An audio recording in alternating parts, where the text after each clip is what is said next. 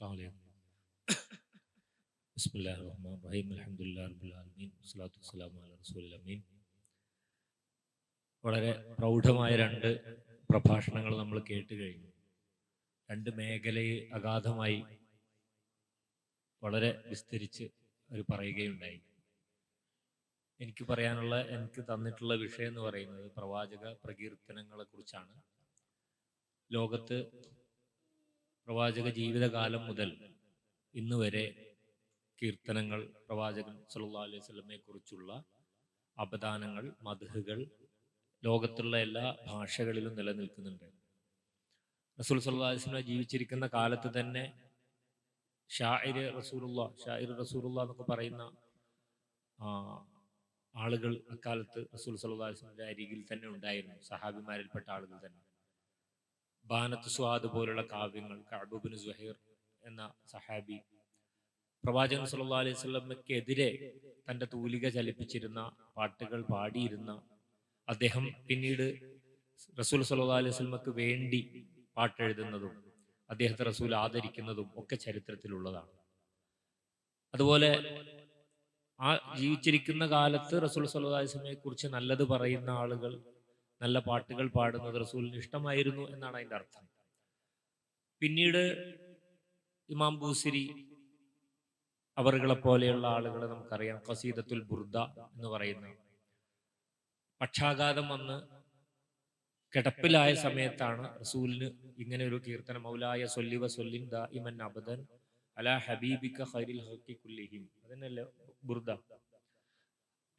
ഇന്ന് വ്യാപകമായി റബീഉൽ അവ്വൽ മാസത്തിൽ നമ്മൾ കേൾക്കുന്ന, അല്ലെങ്കിൽ നമ്മുടെ നാട്ടിൻ പുറങ്ങളിലൊക്കെ വാളിന്റെ മുമ്പൊക്കെ കേട്ടുകൊണ്ടിരിക്കുന്ന പാട്ടുകൾ, ഈ കാവ്യം എന്ന് പറയുന്നത്.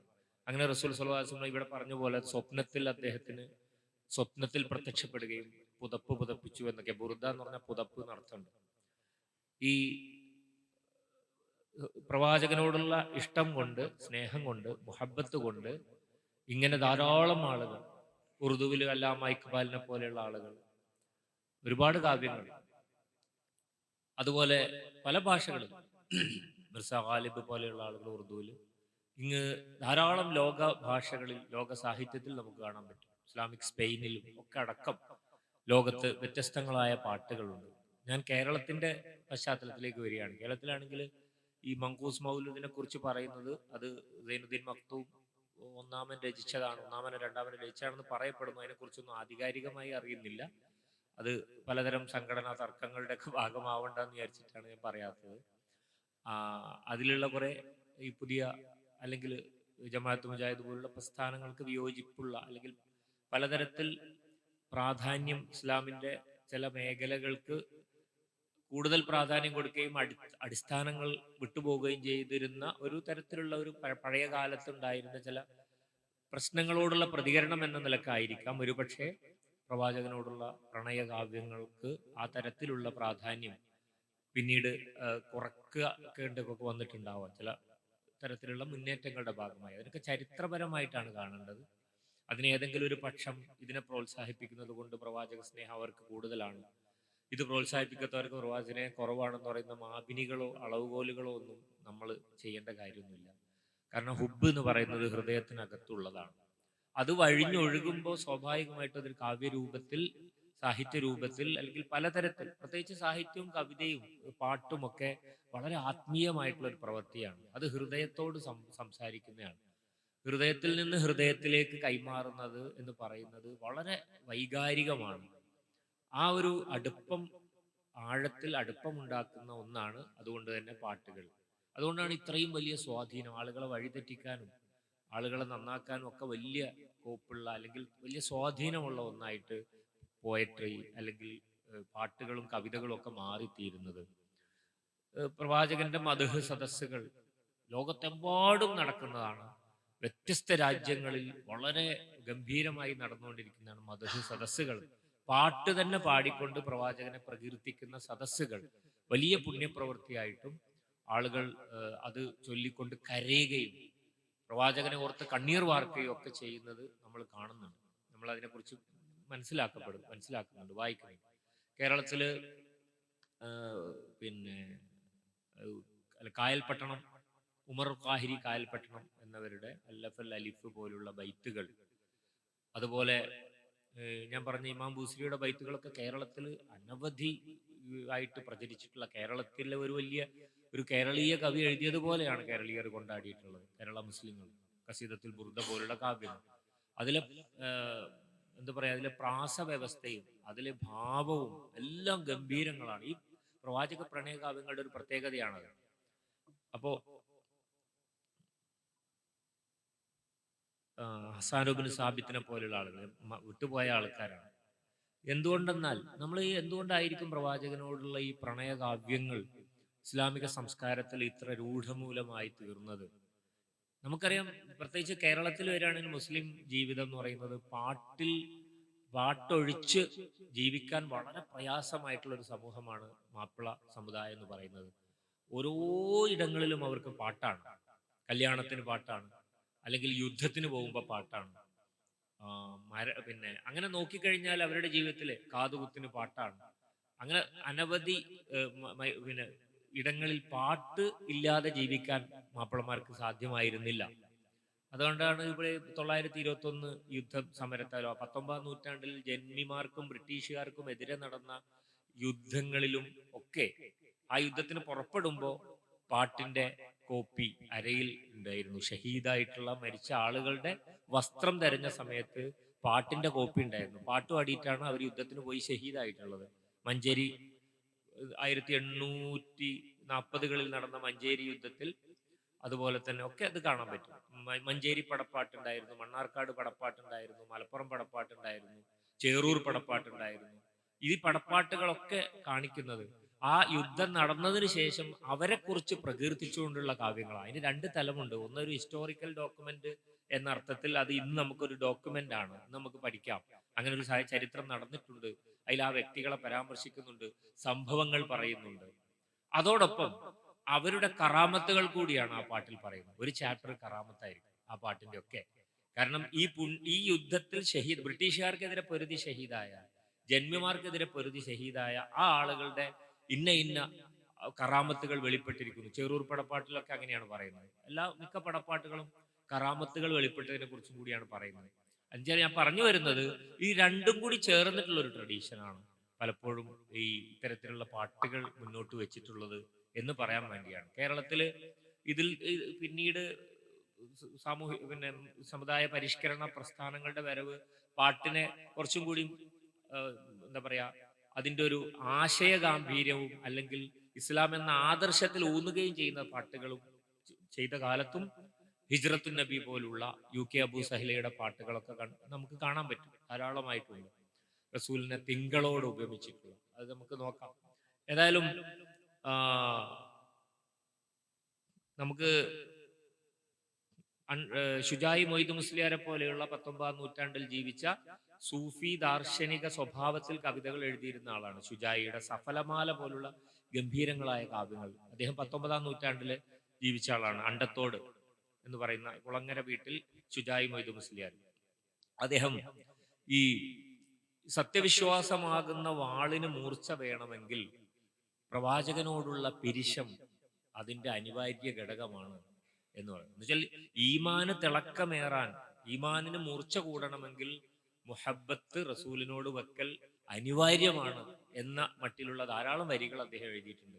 അത് നമുക്കറിയാം, ലാ യുഹ്മിനു അഹദുക്കും എന്ന് പറഞ്ഞുകൊണ്ടുള്ള ഹദീസിന്റെ ആശയം നമുക്കറിയാം. നമ്മൾ കേവലം ഇത്തിബായിനെ പറ്റി മാത്രമല്ല അത് പറയുന്നത്. എന്നുവെച്ചാൽ നിങ്ങൾ ഒരാളുടെ ആദർശത്തെ പിൻപറ്റൂ എന്ന് മാത്രമല്ല പറയുന്നത്, റസൂലിനെ സ്നേഹിക്കുവോളം എന്നാ പറയുന്നത്. അതുകൊണ്ടായിരിക്കും സഹാബിമാര് റസൂലിന്റെ ശരീരത്തെ, റസൂൽ എന്ന വ്യക്തിയെ കൂടി സ്നേഹിച്ചത്. ഇവിടെ വളരെ പ്രധാനപ്പെട്ട ഒരു കാര്യമാണ് ഷുഹൈബ് സാഹിബ് പറഞ്ഞത്. വ്യക്തി ജീവിതത്തിൽ എന്തുമായിക്കൊള്ളട്ടെ, പക്ഷെ അദ്ദേഹത്തിന്റെ പ്രഭാഷണങ്ങളും അദ്ദേഹത്തിന്റെ എഴുത്തുകളും മറ്റും അദ്ദേഹം മുന്നോട്ട് വെക്കുന്ന ആശയവും ആണ് നമ്മൾ ശ്രദ്ധിച്ചാൽ പോരെ എന്ന് പറയാറുണ്ട്. ഒരുപക്ഷെ നമ്മുടെ സാമൂഹ്യ മണ്ഡലത്തിൽ അത് ശരിയായിരിക്കാം, അതിനെക്കുറിച്ചല്ല എൻ്റെ പറയും. പക്ഷെ സർവസമ്പൂർണനായ മാതൃകാ വ്യക്തിത്വം എന്നുള്ള നിലക്ക് പ്രവാചകൻ സല്ലല്ലാഹു അലൈഹി വസല്ലമയുടെ ഉടുപ്പിലും നടപ്പിലും നോട്ടത്തിലും സ്വഭാവത്തിലും, അല്ലെങ്കിൽ അദ്ദേഹം ചെറിയവരോടും വലിയവരോടും പെരുമാറുന്നതിലും ഭക്ഷണം കഴിക്കുന്നതിലും നഖം വെട്ടുന്നതിലും തുടങ്ങി സമ്പൂർണമായിട്ടും അദ്ദേഹത്തിന്റെ ജീവിതത്തെ അനുധാവനം ചെയ്ത സഹാബിമാർ. അത് സുന്നത്ത് എന്ന നിലക്ക് നമ്മളോട് നിഷ്കർഷിച്ചിട്ടുള്ള കാര്യങ്ങൾക്ക് പുറമെ ഇവിടെ പരാമർശിച്ചു. ഇബ്നു ഉമർ റളിയല്ലാഹു അൻഹുവിനെ പോലെയുള്ള ആളുകൾ ഇവിടെ പരാമർശിച്ചു. കുനിഞ്ഞയിടത്ത് കുനിയുന്നതും, അല്ലെങ്കിൽ ഏത് നിറത്തിലാണ്, എങ്ങനെയാണ് മുടി ചീകിയിരുന്നത് എന്ന് എന്ന് പറയാം. അതുപോലെ തന്നെ ബിലാൽ റളിയല്ലാഹു അൻഹു പിന്നെ റസൂലിന്റെ വഫാത്തിന് ശേഷം പിന്നീട് ബാങ്ക് കൊടുത്തിട്ടില്ല എന്നുള്ള, ബാങ്ക് കൊടുക്കാൻ അദ്ദേഹത്തിനെ കൊണ്ട് പറ്റുമായിരുന്നില്ല. പിന്നെ കൊടുത്ത സമയത്ത് അദ്ദേഹം മുഹമ്മദ് റസൂൽ, അഷ്ഹദു അന്ന മുഹമ്മദ് റസൂലുള്ളാഹി എന്ന് പറഞ്ഞപ്പോൾ അദ്ദേഹത്തിന് മുഴുമിപ്പിക്കാൻ പറ്റാതെ കരയുകയായിരുന്നു. അത്രമേൽ അഗാധമായ ഹുബ്ബാണ്. റസൂലിന്റെ വഫാത്തിന് ശേഷം ഉമർ റളിയല്ലാഹു അൻഹുവിനുണ്ടായ ഒരു വിഭ്രമാവസ്ഥയെ കുറിച്ച് നമുക്കറിയാം. അങ്ങനെ അബൂബക്കർ റളിയല്ലാഹു അൻഹു ആണ് അത് പിന്നെ ഖുർആൻ ഉദ്ധരിച്ചുകൊണ്ട് റസൂല് മനുഷ്യൻ മരണപ്പെടും എന്നും അള്ളാഹുവിനാണ് നിങ്ങൾ ആരാധിച്ചിരുന്നെങ്കിൽ അള്ളാഹു ഇന്നും നിലനിൽക്കുന്നു എന്ന് പറയുന്ന ഒരു കാര്യം ഉണർത്തിക്കൊണ്ട് സമൂഹത്തെ എഴുന്നേൽപ്പിച്ച് നിർത്തിയത്. അപ്പൊ ഹുബിന്റെ അങ്ങേ അറ്റമായിരുന്നു സഹാബത്ത് എന്ന് പറയുന്നത്. അവര് റസൂലിന്റെ ശരീരത്തിൽ ഒരു മുള്ളു തറക്കുന്നത് അവർക്ക് ഇഷ്ടമല്ല. താൻ കൊല ചെയ്യപ്പെട്ടാലും അല്ലെങ്കിൽ താൻ ഷഹീദ് ആയാലും പോലും റസൂൽ സല്ലല്ലാഹു അലൈഹി വസല്ലമക്ക് ഒരു മുള്ളു തറക്കുന്നത് ഇഷ്ടമല്ലാത്ത സഹാബത്ത്. അത്രമാത്രം റസൂലിനെ പ്രണയിക്കുന്ന, റസൂലിന്റെ ശരീരത്തെ, റസൂൽ എന്ന മനുഷ്യനെ, റസൂൽ എന്ന അസ്തിത്വത്തെ സ്നേഹിക്കുക എന്നുള്ള ആദർശം എന്നത് മാത്രമല്ല അപ്പൊ ആ തരത്തിൽ ഇസ്ലാമിൽ പഠിപ്പിക്കപ്പെടുന്നത്. ശുജായി മദ് മുസ്ലിയാർ പറയുന്നത്, മറയാതെ അവർ പിരിശം മനമിൽ ധരിച്ചിടാതെ മാർഗം അതേ വാളിന് മൂർച്ച വരികയില്ലേ. മൂർച്ചയില്ലാത്ത വാൾ എങ്ങനെയാണ് വാളാകുക? വാളിന് മൂർച്ചയാണ് ആത്മാവ്, വിശ്വാസിക്ക് സ്നേഹവും ഹുബും റസൂലിനോട് എന്ന മട്ടിൽ. മുന്തും സ്വലാത്തും സലാം മധുഹും നബി വചനം മാറാതുരത്തിടുകിൽ മഹബ്ബത്ത് അകപ്പെടുമേ. സ്വലാത്തും സലാമും നമുക്കറിയാം. എല്ലാ മാപ്പിളപ്പാട്ടുകളിൽ ആദ്യകാലത്ത് എല്ലാ മാപ്പിളപ്പാട്ടിലും ഹംദും സ്വലാത്തും ഉണ്ടാവും. മാപ്പിളപ്പാട്ടിൽ മാത്രമല്ല, നമ്മളെ പ്രഭാഷണങ്ങളിൽ, എല്ലാ സംസാരങ്ങളിലും ഒക്കെ ഈ ഹംദും സ്വലാത്തും വേണമല്ലോ.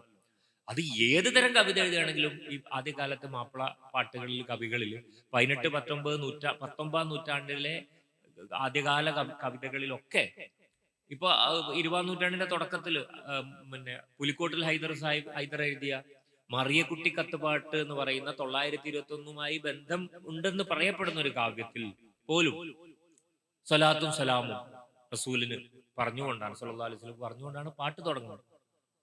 ബദറുൽ മുനീർ, ഹുസ്നുൽ ജമാൽ പോലുള്ള മോയിൻകുട്ടിയുടെ പ്രണയകാവ്യം എന്നറിയപ്പെടുന്ന കാവ്യം പോലും റസൂലിന്റെ മദ്ഹ്, സല്ലല്ലാഹു അലൈഹി വസല്ലം മദ്ഹ് ചെല്ലാൻ അദ്ദേഹം മടി കാണിക്കുന്നില്ല. ഏതൊരു അവസരം കിട്ടിയാലും അവിടെയൊക്കെ പ്രകീർത്തിച്ചുകൊണ്ടേയിരിക്കുന്നതാണ് നമുക്ക് കാണുന്നത് മാപ്പിള കവികളുടെ ഒരു ട്രഡീഷൻ എന്ന് പറയുന്നത്. ശുജായി മൊയ്ദ് മുസ്ലിയാരുടെ കുറിച്ചാണ് ഞാൻ പറഞ്ഞു വന്നത്. അദ്ദേഹത്തിന്റെ ഫൈലുൽ ഫയ്യാള്, ഫതഹുൽ ഫത്താഹ് തുടങ്ങിയ കൃതികൾ, വിശദമായ നബി ചരിത്രം, നബി തത്വ സംഹിതകളും ഒക്കെയാണ്. അദ്ദേഹത്തിന്റെ കാവ്യമായ സഫലമാലയുടെ പ്രമേയത്തിൽ തന്നെ റസൂൽ സല്ലല്ലാഹു അലൈഹി വസല്ലം ധാരാളമായിട്ട് കടന്നു വരുന്നുണ്ട്.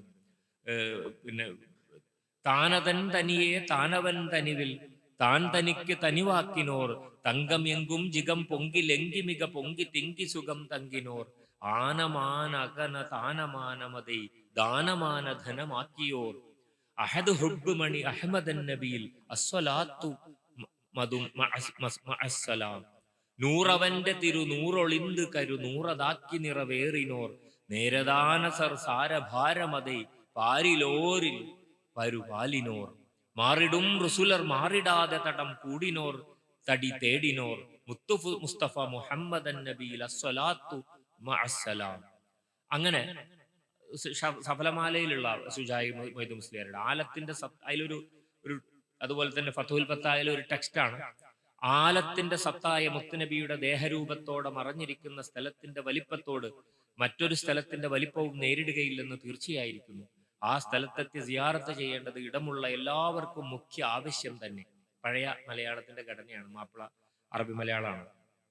വിശേഷിച്ച് തങ്ങളെ സ്വരൂപത്തെ കൺകാഴ്ചയാൽ അല്ലെങ്കിൽ അകക്കണ്ണാൽ കാൺമാൻ യത്നം സകലർക്കും അത്യാവശ്യമാണ്.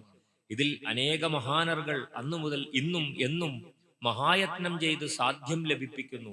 ഹഖ് തആലാനോടും അവൻ തന്റെ ഹബീബായ മുത്തുനബിയോടുമുള്ള പിരിശമെന്ന ബഹറിൽ നീരാട്ടം ചെയ്ത് പൊരുത്തമെന്ന ശുദ്ധം ലഭിച്ച മഹാനർ ഉച്ചസമയത്തെ ശംസു പോലെ കൺകാഴ്ചയാൽ ലംഘിക്കാണും. ഉച്ച സമയത്തെ ശംസു പോലെ തിളങ്ങും. ഇതിന് ശക്തിയില്ലാത്തവർ മനാമിൽ കാണുന്നു, സ്വപ്നത്തിൽ. ഇതുമില്ലാത്തവർ മൗത്തിൽ കാണുന്നു. ഇതും വിട്ടുപോയാൽ മഹാവ്യസനം. നമുക്ക് വാഹനമില്ലാതെയും അഥവാ ഉണ്ടായിരുന്നാൽ അതിന് ശക്തി പോരാതെയും കാല് മുടവായും കണ്ണ് കുരുടായും മേൽപ്പറഞ്ഞ ബന്ദറണവാൻ നിവൃത്തിയില്ലാതെ ബുദ്ധിമുട്ടുന്നു. ഇത് പിന്നെ ബന്ദർ എന്ന് പറഞ്ഞാല് തീരം എന്നാണ്. അപ്പൊ ഇവിടെ പിന്നെ തീരത്ത് നിന്ന് മറ്റൊരു തീരത്തേക്ക്, ജീവിതത്തിന്റെ ഒരു തീരത്ത് നിന്ന് മറ്റൊരു തീരത്തേക്ക് പോകുന്നതിനെ കുറിച്ചാണ് പറയുന്നത്. ഇഹലോകം പരലോകത്തേക്ക് പോകുന്നതിന് മുമ്പുള്ള ഒരുക്കങ്ങളെ കുറിച്ചാണ് പറയുന്നത്. അപ്പോ അങ്ങനെ ശുജായിന്റെ മാത്രമല്ല, ആ കാലഘട്ടത്തിൽ 18-ാം നൂറ്റാണ്ടിലാണ് കുഞ്ഞായൻ മുസ്ലിയാർ എന്ന് പറയുന്ന പ്രഗത്ഭനായ മാപ്പിള കവി രംഗപ്രവേശം ചെയ്യുന്നത്. അദ്ദേഹം പിന്നെ പൊന്നാനി മഖ്ദൂമിങ്ങളുടെ ശിഷ്യനായിട്ടുള്ള ആളാണ്, തലശ്ശേരിക്കാരനാണ്. പൊന്നാനിയിൽ പഠിച്ചു. തലശ്ശേരിയിലാണ് അദ്ദേഹത്തിന്റെ ഖബർ എന്ന് പറയപ്പെടുന്നു. 18-ാം നൂറ്റാണ്ടിലാണ്, 1700-കളിൽ ജീവിച്ച ആളാണ്. കുഞ്ഞായ മുസ്ലിയാരും മങ്ങാട്ടച്ചനും ഒക്കെ എല്ലാവർക്കും അറിയുണ്ടാവും. പക്ഷെ കുഞ്ഞായ മുസ്ലിയാർ അദ്ദേഹത്തിന്റെ ഒരു പ്രവാചക പ്രണയകാവ്യമാണ് നൂൽ മദ്ഹ്. അതാണ് മലയാളത്തിൽ എഴുതപ്പെട്ട ആദ്യത്തെ പ്രവാചക പ്രണയ കീർത്തനം എന്ന് പറയുന്നത്. ആദിതൻ പിരിശമമ്പിനാൽ ഉരുവതായൊളിന്ത നബിയാ റസൂൽ, വേദനൂൽ വഴിയിൽ നീതി വந்த നബി വേന്തരാലം നബി ദൂതരാം, നീതിമക്ക മദിനാവിൽ മിക്ക നദി നീൾந்த പാദമൊളിയോദിനാർ, കാതൽ അന്നബി മുഹമ്മദ് എന്നവരെ കാൺമതേത് ഒരു നാളിലോ. കാതൽ അന്നബി മുഹമ്മദ് എന്നവരെ കാൺമതേതൊരു നാളിലോ. ഇനി എന്നാണ് കാണാൻ പറ്റുക? കാതൽ അന്നബി മുഹമ്മദ് എന്നവർ തമിഴ് കലർന്ന ഭാഷയാണ്. പിന്നെ മുസ്ലിയാർ അങ്ങനത്തെ ഒരു ആ കാലഘട്ടത്തിൽ ഒരു 18-ാം നൂറ്റാണ്ടിലെ മാപ്പിള സാഹിത്യത്തിൽ മിശ്ര ഭാഷയാണ്. ഒരു തമിഴാണ് കൂടുതലായിട്ട് കാണപ്പെടുക, അറബിയും തമിഴും ഒക്കെ. ആദിതൻ പിരിശം അൻപിനാൽ ഉരുവതായി ഒളിന്ത നബി ആ റസൂൽ എന്നാണ്. ഈ ആദ്യത്തെ ഒളിവ് എന്നുള്ളൊരു സങ്കല്പനം, എന്നുള്ളൊരു ആശയം മാപ്പിള കാവ്യങ്ങളിലൊക്കെ കാണുന്നുണ്ട്. ആദൻ നബിക്കും മുമ്പേ പടക്കപ്പെട്ട ഒരു ഒളിവ്, അതിങ്ങനെ കൈമാറി കൈമാറി കൈമാറി ആമിന ബീവിയുടെ ഗർഭത്തിലേക്ക് എത്തുന്ന ആ ഒളിവിനെ പറ്റിയുള്ള ഒരു കാഴ്ചപ്പാട് എൻ്റെ ഒരു ആധികാരികതയൊക്കെ പണ്ഡിതന്മാർ പറയേണ്ടതാണ്. പക്ഷെ ഇത് മാപ്പിള സാഹിത്യത്തിൽ ഉടനീളം നമുക്ക് കാണാൻ പറ്റും. അപ്പൊ പറഞ്ഞു വരുന്നത് എല്ലാ മാപ്പിള കാവ്യങ്ങളുടെ ഒരു ട്രഡീഷനിൽ, ലോകത്ത് തന്നെയുള്ള ട്രഡീഷനിൽ ഒളിവിനെ പറ്റിയുള്ള സംസാരങ്ങൾ കാണാൻ പറ്റും. തിങ്കൾ നിറന്തവർ തിങ്കൾ തികന്തവർ തിങ്കളിൽ വന്നവരേ, കൺകുളിരക്കനി അന്ത മുഹമ്മദെ കാണുവതേതൊരു നാൾ. ഇതൊക്കെ കുഞ്ഞാ മുസ്ലിയാരനെ. പിന്നെ ഒരു ഭയങ്കരമായിട്ടുള്ള ഒരു മെറ്റഫോറിക്കലായിട്ട് പറയുന്ന ഒരു ഭാഗമുണ്ട്. മേഘമക്കുട വീഴ്ന്നതാൽ മികവാരിയോ ഉപ്പുമൊടുങ്കുമേ, ആകുമിത്തിരുമേനി പാത്തിടിൽ അക്കടൽ മധു ചൊങ്കുമേ. മേഘം മേഘത്താൽ പേമാരി ഉണ്ടാകുന്നു. വലിയ മഴ പെയ്തിട്ട് ആ നല്ല ശുദ്ധജലം പെയ്താലും സമുദ്രത്തിലെ ഉപ്പ് നീങ്ങി പോവുകയില്ല. അത്രയും ഉപ്പ് സമുദ്രത്തിൽ ചേർന്നിരിക്കുകയാണ്.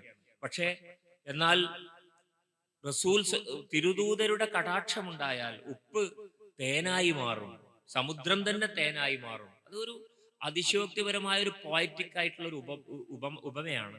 പക്ഷെ അതോടൊപ്പം അതിനകത്തുള്ളത് റസൂൽ, അതിനെ നമുക്ക് വേറെ രീതിയിൽ വ്യാഖ്യാനിച്ചു കഴിഞ്ഞാൽ റസൂൽ സല്ലല്ലാഹു അലൈഹി വസല്ലമ പരുപരുപ്പിനെ മൃദുലമാക്കിയതുപോലെ, കയ്പിനെ മധുവാക്കി മധുരമാക്കി എന്ന് പറയുന്നത് പോലെ നമുക്കറിയാലോ. നിന്റെ ചുറ്റുമുള്ളവർ ഒഴിഞ്ഞു പോകുമായിരുന്നു, നീ പരിശപ്രകൃതനായിരുന്നെങ്കിൽ എന്ന് അള്ളാഹു റസൂലിനോട് പറയുന്നു. സൗമ്യഭാവം, അത്രയും മൃദുല ഭാവത്തോടു കൂടി മനുഷ്യരോട് ഇടപെട്ട ആളാണ് റസൂൽ സല്ലല്ലാഹു അലൈഹി വസല്ലം. അപ്പൊ അതിന്റെയൊക്കെ പ്രത്യേകതകളെയാണ് ഇവർ പോയട്രിയിൽ ആവിഷ്കരിച്ചുകൊണ്ടിരിക്കുന്നത്. പിന്നെ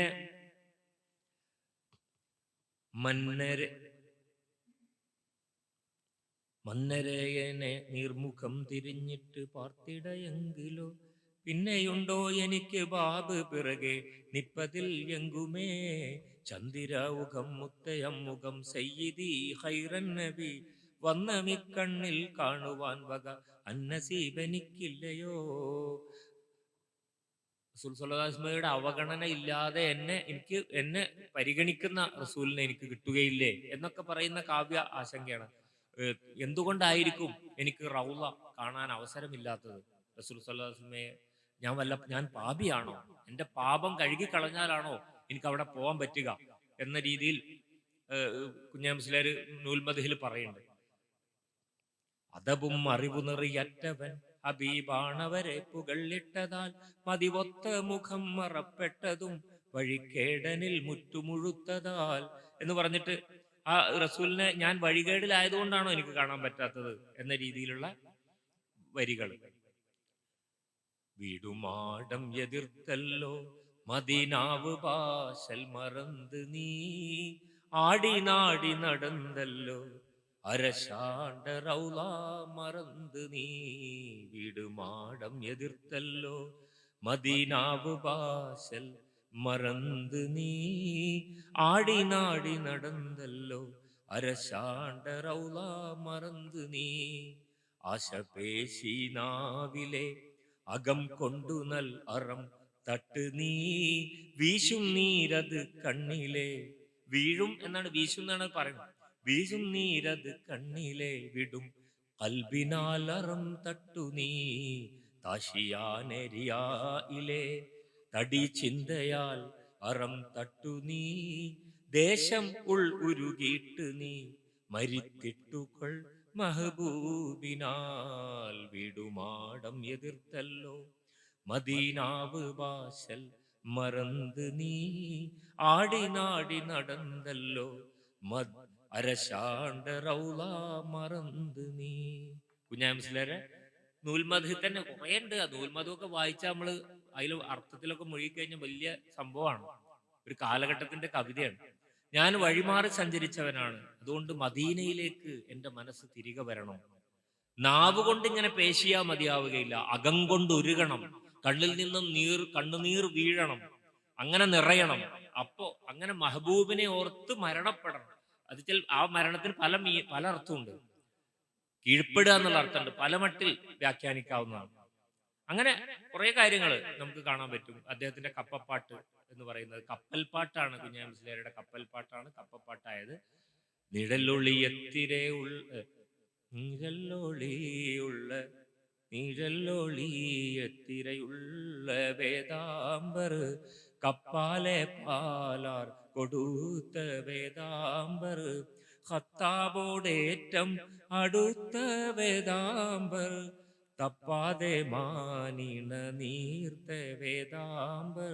വേദാംബർ എന്ന് പറഞ്ഞാൽ റസൂൽ സല്ലല്ലാഹു അലൈഹി വസല്ലം എന്ന അർത്ഥം. വേദം എന്ന് പറഞ്ഞ ഒരു സംസ്കൃത വാക്കാണ്, ഗ്രന്ഥം, കിതാബ്, വേദം. അംബർ എന്ന് പറഞ്ഞാൽ പൈഗംബർ എന്നുള്ള സന്ദേശവാഹകൻ. അത് രണ്ടും കൂടി മിക്സ് ചെയ്തിട്ട് വേദാംബർ എന്നാക്കിയ ഒരു മാപ്പിള സ്റ്റൈലിയാ. മുഹിദ്ദിമാലിന്ന് തുടങ്ങിയത്. മുഹിദ്ദിമാലിയിലെ ഖാലി മുഹമ്മദ് അത് 1607 പിന്നെ 100 വർഷം കഴിഞ്ഞിട്ടാണ് കുഞ്ഞാമുസ്ലിയാർ വരുന്നത്. അതില് വേദാംബർ എന്നുള്ള വാക്കുണ്ട്. അല്ലാ തിരുപ്പേരും തുതിയും സ്വലവാത്തും അതിനാൽ തുടങ്ങുവാൻ അരുൾ ചെയ്ത വേദാംബർ. അള്ളാ തിരുപേരും തുതിയും സ്വലവാത്തും. ഒരു കാര്യം തുടങ്ങുമ്പോഴേ റസൂൽ സല്ലല്ലാഹു അലൈഹി വസല്ലമയുടെ അള്ളാഹുവിന്റെ പേരും തിരുപേരും പിന്നെ തുതിയും സ്വലവാത്തും. സ്തുതി, ഹംദ്, അൽഹംദുലില്ലാ, ഹംദ്, പിന്നെ സ്വലവാത്ത് ഒക്കെ ചൊല്ലിക്കൊണ്ട് അങ്ങനെ കാര്യങ്ങൾ തുടങ്ങണമെന്ന് അരുൾ ചെയ്തത് വേദാംബറാണ്. വേദാംബർ റസൂൽ സല്ലല്ലാഹു അലൈഹി വസല്ലം. അപ്പൊ ഈ വേദാംബർ എന്നുള്ള വാക്കാണ് അതിൽ വരുന്നത്.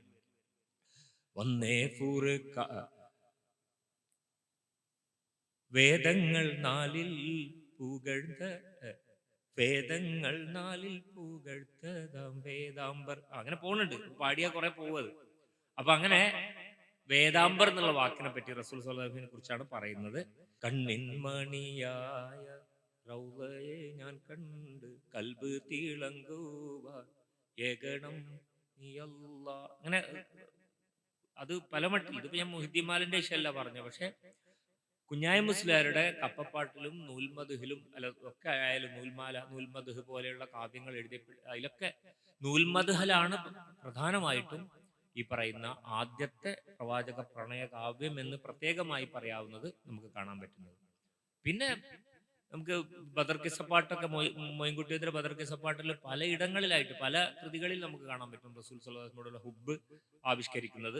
അതിലിപ്പോ എല്ലാവർക്കും അറിയാവുന്ന സംഭവമാണ് ബദർ കിസ്സപ്പാട്ടിലെ സബാദ് റളിയല്ലാഹു അൻഹുവിനെ അണി നിർത്തുമ്പോൾ എല്ലാവരും ബദർ യുദ്ധത്തിന് വേണ്ടി റസൂൽ സല്ലല്ലാഹു അലൈഹി വസല്ലം ഇങ്ങനെ സൊഫ് നിർത്തുകയാണ്. അപ്പൊ അണി നിർത്തുന്ന സമയത്ത് റസൂൽ സല്ലല്ലാഹു അലൈഹി വസല്ലം വടി കൊണ്ട് സവാദുറുള്ളാഹിന്റെ ശരീരത്തിൽ സ്പർശിച്ച സന്ദർഭത്തിൽ, വയറിലൊന്ന് സ്പർശിച്ച സമയത്ത് എനിക്ക് പ്രതികാരം ചെയ്യണം റസൂലേ എന്ന് സവാദുറുള്ളാഹിന് പറഞ്ഞ സംഭവം അത് നമുക്കറിയാവുന്നതാണ്. അത് വൈദ്യര് വളരെ മനോഹരമായിട്ട് വൈദ്യര് അത് ആവിഷ്കരിക്കുന്നുണ്ട്. ആ ഭാഗം കൂടി, അങ്ങനെ ചിലത് കുറച്ചും കൂടി ഞാൻ പറയുന്നുള്ളൂ, ആ ഭാഗം കൂടി നമുക്കൊന്ന് നോക്കാം.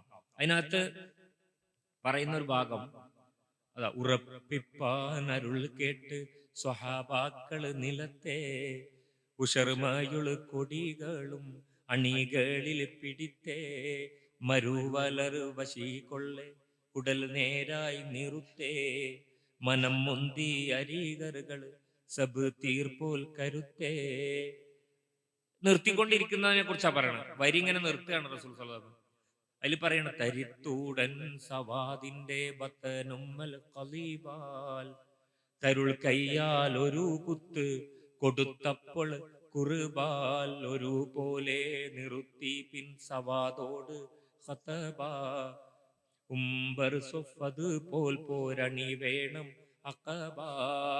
മലക്കുകള് നിക്കണമാതിരി നിക്കണം കേട്ടോ സൊഫില് എന്ന് പറയണം. ഉംബർ സൊഫ് അതുപോലെ. ഉംബർ എന്ന് പറഞ്ഞാല് മലക്കുകളെ പറ്റിയാണ് പറയുന്നത്. ഉംബർ എന്നുള്ള വാക്ക് ദേവന്മാർ എന്നാണ് മലയാള കവിതയിൽ, പക്ഷെ മാപ്പിള കാവ്യങ്ങളിൽ മലക്കുകളെ കുറിച്ച് പറയാറുണ്ട്. അങ്ങനെ സൊഫ് നിൽക്കണം എന്ന് പറഞ്ഞ സമയത്ത് വടി കൊണ്ടു എന്ന മട്ടില് സവാദുറുള്ളാഹിന് തിരിച്ചു പറയാം: ഉരത്തിയാ മൗലൽ ഉറുബ ഉശിര്യങ്കൾ യാ ഹബീബ ഉദിമങ്കും തോബ തോബ യാ റസൂലല്ലാഹ് പെരിയോനുമൈറക്കൈ പേശും ജിന്നിൻ സിടക്കൈ പിരിശം റസൂലദാക്കൈ യാ സഫിയല്ലാഹ്. നിങ്ങളെ അള്ളാഹുവിന്റെ റസൂലെ, അങ്ങേ പെരിയോൻ ഇറക്കിയിട്ടുള്ളത് പിരിശം ഉള്ള ആളാക്കിക്കൊണ്ടാണ്. എന്തിനാന്നിട്ട് പറയാണ്: ബരിശേ റഹ്മത്തിനല്ലാ ബഅസാക്കിയുള്ളതല്ലാ വരുത്തപ്പെടുത്താനല്ല യാ നജി അല്ലാ. നിങ്ങളെ മനുഷ്യരെ വരുത്തപ്പെടുത്താനല്ല ഇറക്കിയിട്ടുള്ളത്, മറിച്ച് അങ്ങേ അള്ളാഹു സുബ്ഹാനഹു വ തആല അങ്ങേ ഈ ഭൂമിയിലേക്ക് ഇറക്കിയിട്ടുള്ളത്, റസൂലാക്കിയിട്ടുള്ളത് ബരിശേ റഹ്മത്തിനാകുന്നു, റഹ്മത്ത് വർഷിക്കുന്നതിനെ കുറിച്ചാക്കുന്നു, അല്ലാതെ വരുത്തപ്പെടുത്താനല്ല, വേദനിപ്പിക്കാനല്ല എന്നാണ് അത്ര അദ്ദേഹം തിരിച്ചു പറഞ്ഞത്. അങ്ങനെ ആ സംഭവത്തില് അപ്പോ എല്ലാവരും ആകെ തകർന്നുപോയി. കാരണം ഇങ്ങനെ റസൂലിനോട് തിരിച്ചു പറയേ എന്നുള്ള മട്ടില്. അപ്പൊ അങ്ങനെ റസൂൽ എന്നാൽ എന്നെ തിരിച്ചു പ്രതികാരം ചെയ്തോളൂ എന്ന് പറഞ്ഞ് വടി കയ്യിൽ കൊടുത്തപ്പോ വയറിങ്ങനെ പൊക്കിയിട്ട് ഇതേപോലെ തന്നെ പ്രതികാരം ചെയ്തോളൂ എന്ന് പറഞ്ഞ സമയത്താണ് നഹിനാർ നബി ത്വാഹ കമീസഹിക്കേറ്റി നവിണ്ട് സവാദോടടുത്തോ തീറ്റി അയിനാൽ തിരൂപത്തൻ അയർത്ത് നോക്കി അടുത്ത് പൊളിഞ്ഞാശ മിഴിയൊഴുക്കി മൈമാൻ മഹാജുവാൽ മലർ കഞ്ചത്തെ മധുപൂരണം കണ്ട് പഠിക്കടുത്തേ. നൈനാൽ അപ്പൊ നബി സല്ലല്ലാഹു അലൈഹി വസല്ലം ഇങ്ങനെ വയറിങ്ങനെ പൊക്കിയപ്പോ കണ്ണുകൊണ്ട് അയിനാൽ തിരുപത്തൻ അയർത്ത് നോക്കിന്ന്, ആ വയറിനേക്ക് കണ്ണുകൊണ്ട് ഇങ്ങനെ ഭയങ്കര ഒരു വണ്ട് പൂവിനെ എന്ന പോലെ നോക്കി എന്നൊക്കെയാണ് വൈദ്യർ പറയുന്നത്. അത്രയും ഹുബ്ബോട് കൂടി തന്റെ റസൂലിന്റെ ശരീരത്തെ തന്നോടൊന്ന് ചേർത്ത് പിടിക്കാനുള്ള ആഗ്രഹമാണ് ഈ സ്വഹാബിമാർക്കൊക്കെ ഉള്ളത്. അതിനുള്ള ഒരു അവസരമാണ് ഇദ്ദേഹം ചെയ്തുകൊണ്ടിരുന്നത് എന്നാണ് നമ്മൾ വെളിപ്പെടുകയാണ്. കൈ നൽയതമാക്കി ഇത് ഹും ചാട്ടി കതിരോന്മശങ്കുമ്മൈ പുടിത്ത് പൂട്ടി പൊരുളാൽ ഭക്തനോട് മുഖത്തെ ചേർത്തി പൊളിയും കടൽ ഇഷ്കാൽ അണഞ്ഞ് മുത്തി. പൊളിയും കടൽ, ഇഷ്കിന്റെ കടൽ ഇങ്ങനെ പൊളിഞ്ഞു പൊട്ടി വീണു. അതുപോലെ റസൂലിനെ പോയി ആലിംഗനം ചെയ്തു എന്നുള്ളതാണ് സവാദുറുള്ളാഹിനു. എന്നിട്ട് കരയാണ്. അപ്പോ ഈ സ്നേഹത്തിന്റെ ഒരു അങ്ങേ അറ്റമാണ്. റസൂൽ സല്ലല്ലാഹു അലൈഹി വസല്ലം എപ്പോഴും കൂടെ ഉണ്ടാവണമെന്ന് ആഗ്രഹിക്കുന്ന, റസൂലിനെ സ്പർശിക്കണമെന്ന് ആഗ്രഹിക്കുന്ന, റസൂലിനോട് ചേർന്ന് നടക്കണമെന്ന് ആഗ്രഹിക്കുന്ന, റസൂലിനെ ആലിംഗനം ചെയ്യണമെന്ന് ആഗ്രഹിക്കുന്ന, റസൂലിന്റെ അത്രയും റസൂലിന്റെ ആദർശം മാത്രമല്ല റസൂലിന്റെ സാമീപ്യത്തെ ഇഷ്ടപ്പെട്ടുകൊണ്ടിരിക്കുന്ന ആ സഹാബത്തിനെയാണ് ഇതിൽ വൈദ്യര് മോയിൻകുട്ടി വൈദ്യര് ബദർ കിസ്സ പാട്ടിൽ കാണിച്ചു തരുന്നത്. ഇങ്ങനെ നോക്കിക്കഴിഞ്ഞാല് ധാരാളം ഉണ്ട്. ഞാൻ കൂടുതൽ പറയണില്ല. ഞാൻ വേണമെങ്കിൽ ഇത് പിന്നെ നമ്മളെ UK അബൂ സഹലയുടെ ഒരു ഹിജ്റത്തുൻ നബി എന്ന് പറയുന്ന UK ഇബ്രാഹിം അബൂ സഹല, അറിയാവുന്ന ആളാണ്. മിന്നു തിളങ്ങും മിന്നാമിനും ഒക്കെ എഴുതിയ നമുക്ക് എല്ലാവർക്കും അറിയാവുന്ന ആളാണ്. UK ഹിജ്റത്തുൻ നബിയിൽ കാണാൻ പറ്റും. തിങ്കളും നബിതങ്ങളും എന്ന് പറഞ്ഞൊരു അധ്യായം ഉണ്ട്. അതില് മക്കയിൽ നിന്നൊരു തിങ്കൾ ദിനം പുറപ്പെട്ടേ നാൾ കഴിഞ്ഞ് ദിക്ക് കൂബ തന്നിൽ എത്തിയത് ഒരു തിങ്കൾ ദിനത്തിൽ തന്നെ. ഹിജ്റത്തിനെന്നല്ല ജനനത്തിനും മരണത്തിനും തിങ്കൾ തന്നെ. ഹജറുൽ അസ്വദ് സ്ഥാപിക്കാനും നുബുവത്തിനും തിങ്കൾ തന്നെ. റസൂലിനെ തിങ്കൾ എന്ന് പറഞ്ഞാൽ ചന്ദ്രൻ എന്നാണ് അർത്ഥം. പ്രഭ ചൊരിയുന്ന അമ്പിളി ചന്ദ്രൻ. പക്ഷെ ഇവിടെ തിങ്കൾ എന്നുള്ളത് കവി തിങ്കളും നബി തങ്ങളും എന്നാ പറയുന്നത്. അതായത് അത് മദീനയില് റസൂലും കൂട്ടരും ചെല്ലുന്ന സമയത്ത് ത്വലഅൽ ബദ്റു അലൈന എന്ന് പറഞ്ഞ് പാട്ടുപാടി സ്വീകരിച്ചതിനെ കുറിച്ച് നമുക്കറിയാം. ഞങ്ങളിൽ ചന്ദ്രൻ ഉദിച്ചിരിക്കുന്നു എന്ന് അവിടുത്തെ മദീനയിലെ ആളുകൾ, പെൺകുട്ടികളൊക്കെ പാട്ടുപാടിയതിനെ കുറിച്ച് നമുക്കറിയാം. ദഫ്മുട്ടി പാട്ടുപാടിയതിനെ പറ്റി. അവിടെ ഒരു തരത്തിൽ പറഞ്ഞാൽ പൂർണ്ണചന്ദ്രൻ ഞങ്ങൾക്ക് ഉദിച്ചിരിക്കുന്നു എന്ന് റസൂലിനെ ഉപമിച്ച് കാവ്യം കൂടി രചിച്ച് പാടുകയാണ്. അപ്പൊ അത് റസൂലിന് ഇഷ്ടമുള്ള ഒരു കാര്യം കൂടിയായിരുന്നു എന്നാണ് അതിന്റെ അർത്ഥം. അപ്പൊ റസൂലിനെ പ്രകീർത്തിച്ച് പാട്ടുപാടുക എന്നുള്ളത് വളരെ പ്രധാനപ്പെട്ട ഒരു കാര്യമായിട്ടാണ് നമ്മൾ മനസ്സിലാക്കേണ്ടത് ഇവിടെ. അതുകൊണ്ടാണ് UK ഇബ്രാഹിം അബൂ സഹല ഇബ്രാഹിം മൗലവി മക്കയിൽ നിന്നൊരു തിങ്കൾ ദിനം പുറപ്പെട്ടേ നാൾ കഴിഞ്ഞ് ദിക്ക് കുബാ തന്നിൽ എത്തിയത് ഒരു തിങ്കൾ ദിനത്തിൽ തന്നെ. തിങ്കളിന് പുറപ്പെട്ടു, മറ്റൊരു തിങ്കളിൽ മദീനയിലെത്തി എന്നാ പറയുന്നത്. പിന്നെ പറയാണ് ഹിജ്റത്തിനെന്നല്ല ജനനത്തിനും മരണത്തിനും തിങ്കൾ തന്നെ. ഒരു തിങ്കളാഴ്ചയാണ് ജനനം, തിങ്കളാഴ്ചയാണ് മരണം. പിന്നെയോ ഹജറുൽ അസ്വദ് സ്ഥാപിക്കാനും നുബുവത്തിനും തിങ്കൾ തന്നെ. ഹജറുൽ അസ്വദ് റസൂൽ അവിടെ പിന്നെ സ്ഥാപിച്ചു കൊടുക്കുന്ന ഒരു തിങ്കളാഴ്ചയാണ്. അതുപോലെ തന്നെ അതെനിക്ക് തോന്നുന്നു ആ തർക്കത്തിന് ശേഷമാണ്, ഗോത്രക്കാർക്ക് വേണ്ടിയിട്ട് സ്ഥാപിക്കുന്നതിനായിരിക്കും. പിന്നെയോ നുബുവത്ത് കിട്ടുന്നതും തിങ്കളാഴ്ച തന്നെയാണ് എന്ന് അങ്ങനെ പറഞ്ഞു പോകുന്നുണ്ട് ഇതിൽ തിങ്കളിനെ പറ്റി. അങ്ങനെ റസൂലിനെ പറ്റിയുള്ള പലതരത്തിലുള്ള അവദാനങ്ങൾ മലയാളത്തിൽ വളരെ മനോഹരമായി ആവിഷ്കരിക്കപ്പെട്ടിട്ടുണ്ട്. ഞാൻ വളരെ കുറച്ചേ പറഞ്ഞിട്ടുള്ളൂ, പക്ഷേ സമയം അത്യാവശ്യമായിട്ടുണ്ട്. ഞാൻ നിർത്തുകയാണ്. ഏതായാലും ഇതിനും കൂടിയുള്ള ഒരു സമയമായിട്ട് ഇവിടെ സീറകളും അല്ലെങ്കിൽ ഷമായിലുകളും പിന്നെ യുദ്ധ ഗസ്വത്തിനെ കുറിച്ചുള്ള മഗാസികളും ഒക്കെ ഇവിടെ ചർച്ച ചെയ്യപ്പെട്ടു. അപ്പോൾ അതിന്റെ ഭാഗമായിട്ട് ലോകമെമ്പാടും പ്രവാചകൻ സല്ലല്ലാഹു അലൈഹി വസല്ലം മദ്ഹിനും പ്രാധാന്യം കൊടുക്കുന്നുണ്ട്. മദ്ഹ് എന്ന് പറയുമ്പോൾ ഈ പറഞ്ഞ പോലെ അതില് അതിരുവിടുന്ന ഭാഗങ്ങളൊക്കെ ആണെങ്കിൽ അതിനനുസരിച്ച് വ്യത്യാസത്തോടു കൂടിയോ മറ്റോ മദ്ഹ് എന്ന് പറയുന്നത് വളരെ പ്രധാനപ്പെട്ട ഒരു കാര്യമാണെന്നാണ് ഞാൻ മനസ്സിലാക്കുന്നത്. ഇത്രയും പറഞ്ഞുകൊണ്ട് ഞാൻ എൻ്റെ വാക്കുകൾ നിർത്തുന്നു. അൽഹംദുലില്ലാഹി റബ്ബിൽ ആലമീൻ. അസ്സലാമു അലൈക്കും.